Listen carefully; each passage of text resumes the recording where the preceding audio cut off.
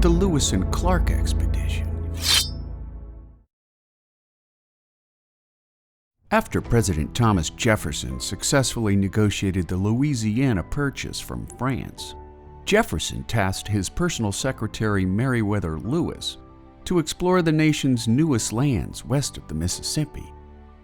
Lewis chose his good friend William Clark to co-lead the expedition, who in turn recruited and trained unmarried healthy men at Fort Dubois during the winter of 1803.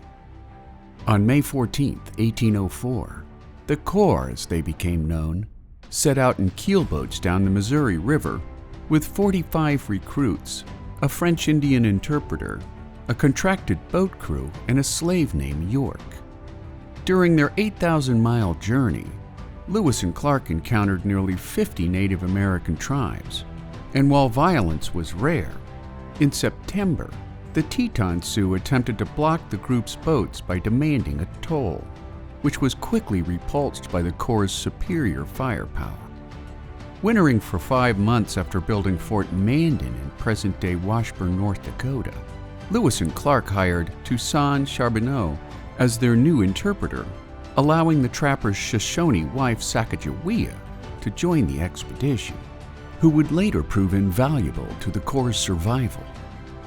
On April 7, 1805, Lewis and Clark sent a portion of their crew back towards St. Louis with a keelboat laden with zoological and botanical samples, maps, and letters, while the remaining party pushed across the Continental Divide and the Bitterroot Mountains, which exposed the group to frostbite, hunger, dehydration, bad weather, freezing temperatures, and exhaustion. Despite the brutal conditions, not a single man was lost. Reaching the Pacific Ocean in November of 1805, the expedition wintered near present-day Astoria, Oregon, building Fort Clatsop for a second hard winter to come, before heading for home on March 23, 1806. Splitting into 2 parties in Montana, Clark carved his name and date on a large rock formation along the Yellowstone River, which is now a national monument protected by the Department of the Interior.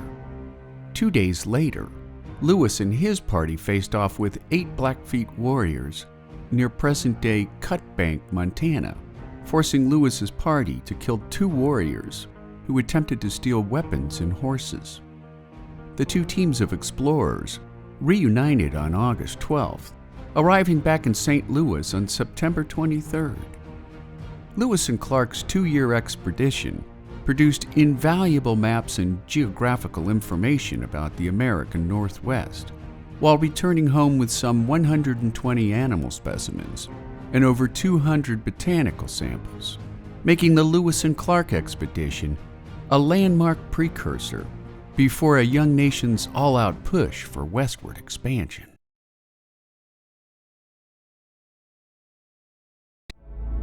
The Magician of San Francisco.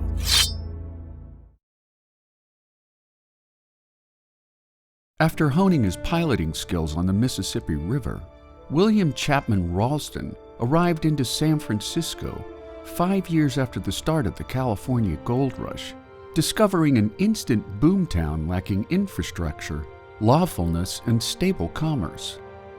Ambitious and genial by nature, Billy Ralston became a partner in a growing steamship line, using his profits to join forces with his womanizing Gilded Age business partner, William Sharon. Together, Ralston and Sharon made immense fortunes in the Virginia City Comstock Silver Rush, infusing their millions into California-based companies created and managed by Ralston himself. He also started the Bank of California, which ultimately grew into the largest banking institution west of St. Louis, which in turn prompted San Franciscans to nickname the dashing socialite the Magician of San Francisco. Known for throwing lavish parties at his Nob Hill mansion or his 55,000-square-foot summer mansion in Belmont, the press soon coined these socialite gatherings Ralston Nights, both for the celebrities in attendance and the outrageous extravagance of each event. A robust, strapping man, Billy Ralston swam in the icy waters of San Francisco Bay on a near-daily basis, And when the Big Four ran low on money while laying tracks through the slow and treacherous Sierra Nevada mountains, Ralston loaned Leland Stanford $100,000, nearly $2 million in today's currency, to tide the Big Four over to the next federal payout for their part in the construction of the Transcontinental Railroad. In return, Stanford promised Ralston that no competitive goods would enter Western markets upon the completion of the cross-country railroad, and when Stanford ultimately reneged on that promise, combined with his own financial overreach, Ralston's many companies collapsed under competitive pressures from back east. Ralston's fall from magician status became complete when a run on his Bank of California forced the bank to suspend. The next day, after his board of directors forced his resignation, Ralston signed all his assets over to William Sharon, who would later settle Ralston's debts for a greed-inspired profit of many millions of dollars. Departing his once grand bank on an unusually hot day on August 27, 1875, Ralston ran into his physician on the street, who told the fallen tycoon that he looked unusually pale and sweaty. Feeling oddly elated, like a schoolboy released for the summer, Ralston waved off his doctor's concerns, heading to his swim club, where he swam out toward Alcatraz Island and drowned. News of his death sent shockwaves throughout the West Coast, while many, including Sharon himself, believed that Ralston's death was a suicide. So beloved by San Franciscans for all his many achievements, in 1941, 66 years after his passing, the people of San Francisco erected an obelisk in his memory.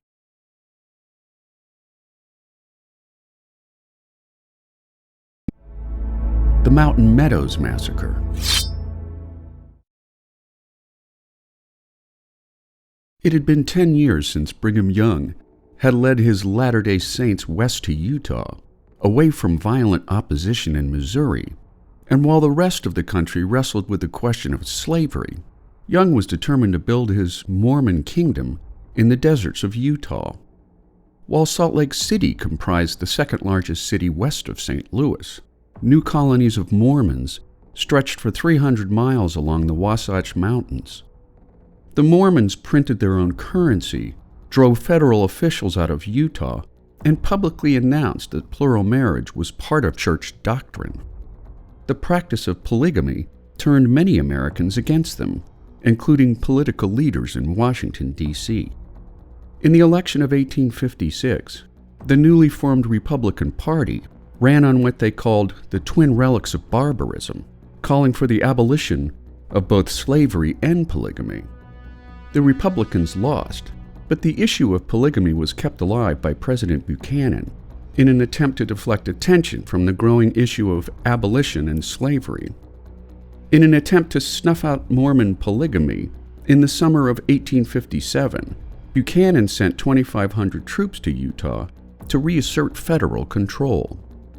At the same time, a lone wagon train entered the southern part of Mormon territory.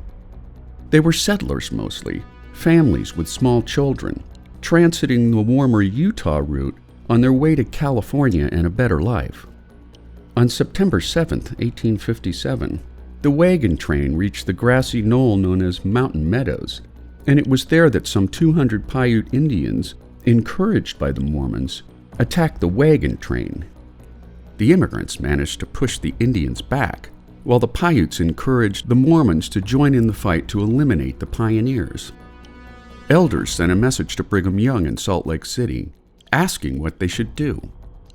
One of the men ordered to lead the fighting was John D. Lee, who later claimed that Young's original order, which he said was in writing, was to kill all the immigrants, which would act to discourage further Gentile settlements in Utah.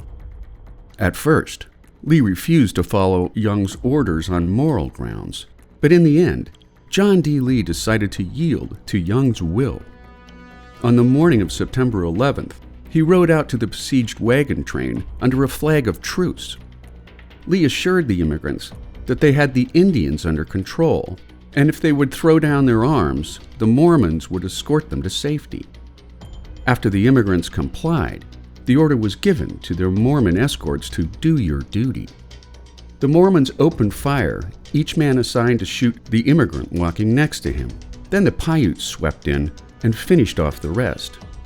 In less than a half hour, 120 people had been butchered by fellow Americans at Mountain Meadows. Only 17 children were spared, since they were thought too young to tell the horrible tale.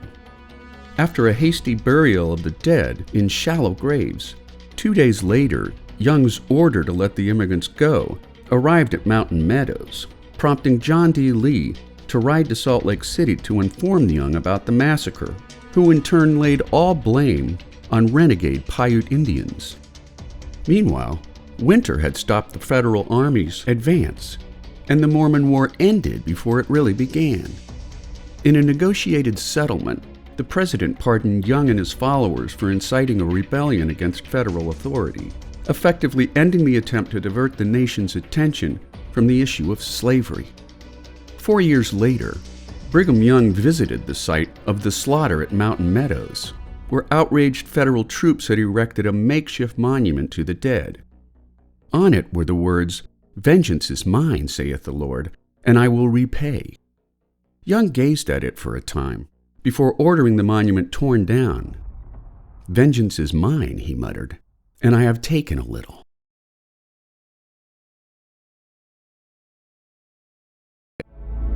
The Oregon Trail.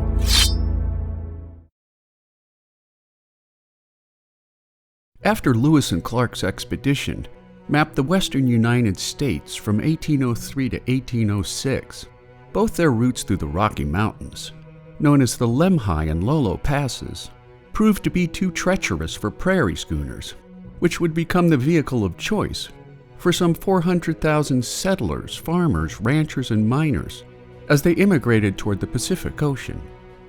Over the coming decades, fur traders and Christian missionaries forged less challenging routes to the West Coast, eventually creating a 2,170-mile east-west passage known as the Oregon Trail.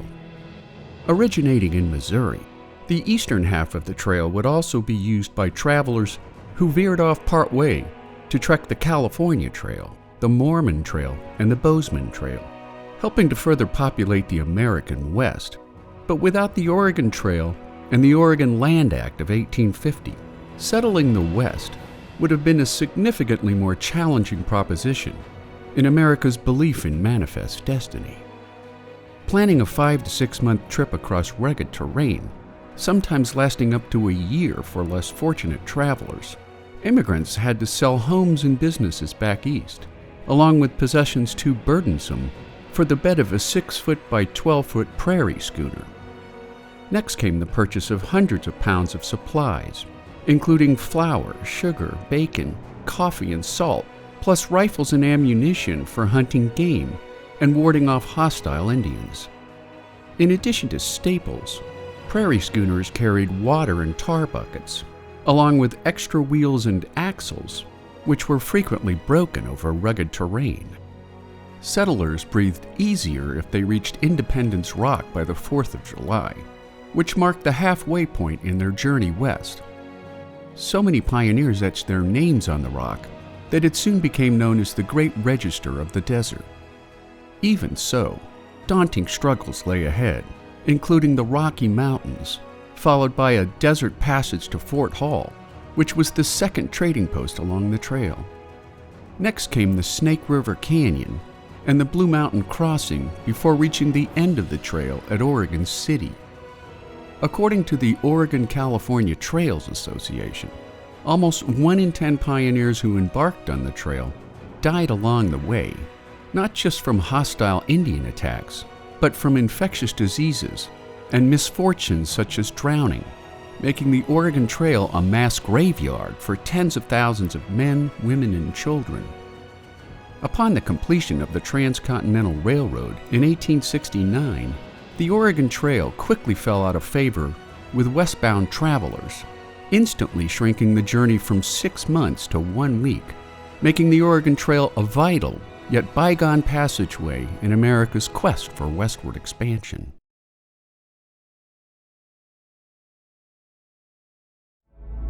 The Peshtigo Fire of 1871. Largely forgotten by historians, journalists, and average Americans, due to another fire that occurred on the same day, which made headline news in papers across the nation. On the night of October 8, 1871, a series of small Midwestern fires exploded by the same high winds and tinder-dry conditions that took the lives of 300 people, destroyed 17,000 structures, and displaced more than 100,000 people in Chicago. In the months and years leading up to the Midwestern Fire of 1871, Peshtigo, Wisconsin had grown in population to some 1,800 largely European immigrants who came to the region due to a logging boom fueled by the lumber-hungry city of Chicago, some 250 nautical miles south along the western banks of Lake Michigan. As Chicago burned, so did much of Wisconsin and Michigan, when small isolated fires exploded into uncontrollable firestorms which soon engulfed the town of Peshtigo. Surrounded by dense forests in every direction but the Peshtigo River, mothers snatched panicked children from their beds, while men formed ad hoc fire brigades in a futile attempt to beat back the fire. The blaze started as a low rumbling noise, like the distant approach of a train, survivors later recalled, as a cyclone-like firestorm rapidly felled the town, along with a staggering 1.2 million acres of densely forested land. Those who made it into the river in time watched in horror as their town disappeared before their eyes, while many of the lucky survivors died of hypothermia before it was safe to come out of the water. Those who made it to sunrise found a bleak, desolate prairie, the very location of the streets almost a matter of doubt, wrote one newspaper reporter. No vestige of human habitation remained, and the steaming, freezing, wretched group, crazed by their unutterable terror and despair, could but vaguely recognize one another in the murky light of day. Eventually blamed on drought conditions and shoddy forest management practices, between 500 to 800 Peshtigo residents perished in the blaze, while as many as 2,400 died in the region that night, along with countless livestock and farm animals. While the fire has been mostly lost to American memory, the same can't be said for the residents of modern-day Peshtigo, who still honor the dead with a well-tended mass grave of over 300 of the town's early residents, many too charred to be identified as a man or a woman, making the Peshtigo Fire of 1871 one of the deadliest fires in American history.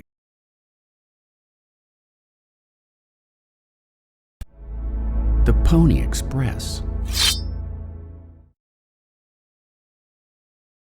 By the 1850s, thousands of American pioneers had settled west of the Rocky Mountains, making communication between family and friends back east a burdensome proposition at best. Before the Pony Express was brought into service, sending a letter to the 49ers in San Francisco took up to 8 weeks by ship, which meant a reply letter to the sender would not reach the eastern U.S. until 4 or more months had elapsed. When the Pony Express started its groundbreaking service, the communication lag time, provided a person could afford such a luxury, would drop from 8 weeks to 10 days. It all started on April 3, 1860, when 2 riders simultaneously embarked on a mirror-like mission, one from Sacramento heading east, the other from St. Joseph, Missouri heading west, carrying mail across the dangerous terrain of the American West. With riders weighing no more than 120 pounds, the first westbound rider made it to Sacramento in 10 days, while the first eastbound rider made it to St. Joseph in 11 and a half. Following the Oregon and California trails, the key to speedy delivery was a system of hundreds of way stations, where a total of 500 fresh horses and 80 riders could be continuously swapped out along the 1,800-mile route, one heading to Utah, while the other went to California. Pony Express riders wore red shirts with blue pants, carrying a mail bag no greater than 20 pounds. Way stations were placed every 10 to 15 miles for Pony Express riders to mount a fresh horse, while the riders themselves were swapped out every 75 to 100 miles, dependent upon terrain. Sending mail by Pony Express was a rich man's option only, since a half-ounce letter cost $5 to mail, or roughly $150 in today's money. 2 months after the Pony Express began, telegraph lines connecting the east and west coasts began to stitch their way across the American landscape.